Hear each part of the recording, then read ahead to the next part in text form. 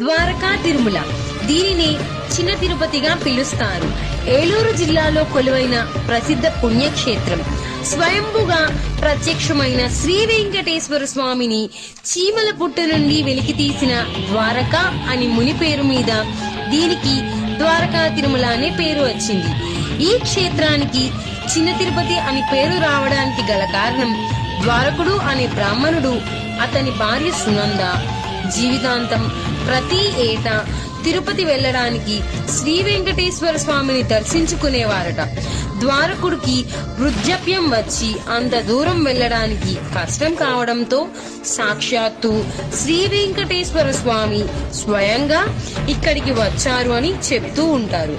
ఇక్కడ స్వామివారు దక్షిణాభిముఖంగా దర్శనమిస్తారు. ఇలా దర్శనమివ్వడం చాలా అరుదు. అలా కనిపించడానికి గల కారణం, ద్వారకుడు